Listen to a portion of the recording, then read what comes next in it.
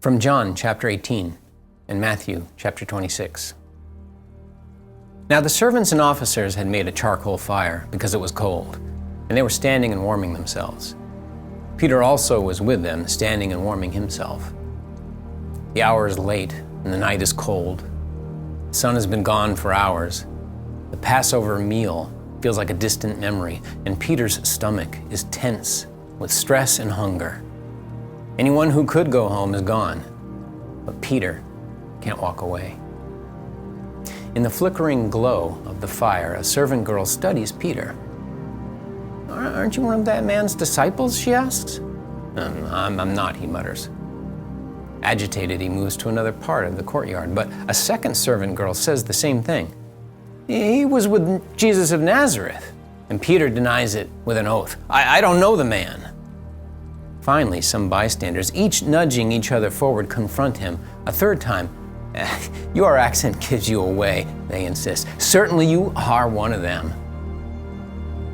One of them is not who Peter wants to be right now. Inside the high priest's home, Jesus is being interrogated and abused. Peter knows this. He knows the risk. He knows the situation isn't good or safe. Why didn't Jesus let them take on those soldiers back in the garden? Peter was ready then. Instead, Jesus is left to the corrupt judgment of the law. Hasn't been a good night.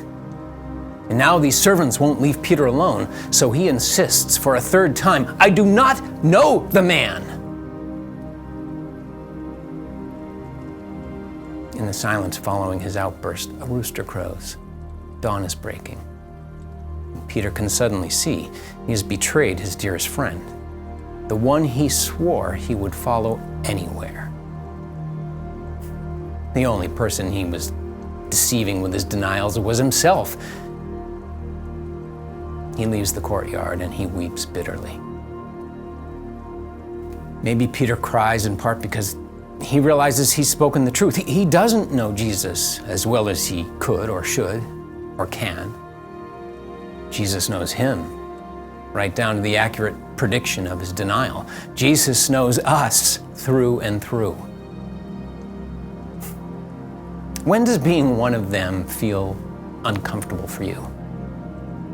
Maybe it's at school or work, with a certain group of friends or even family.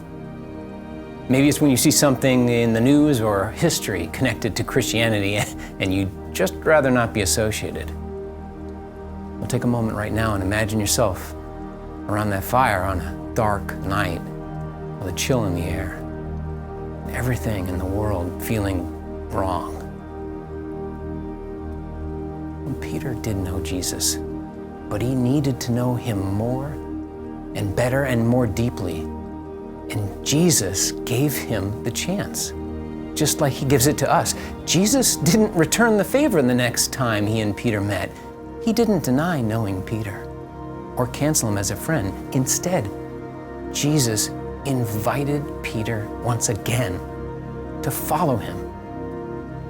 Whatever his failures were, that's how Peter had gotten to the courtyard in the first place.